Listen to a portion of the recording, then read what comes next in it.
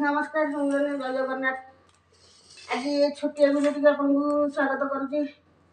आज हूँ संक्रांति रोषे आम इे गोटे देसी आंबिला आंबिला बोली कहते आपको देसी खट्टा गोटे पनीपरिया सब पकईकि आंबुल हो ना तेंतुली देवे तेंतुली खाइले देह को भल ना बोली आंबुल पकईकि करदेची। ये गोटे डालमा ये गोटे अरुआ भात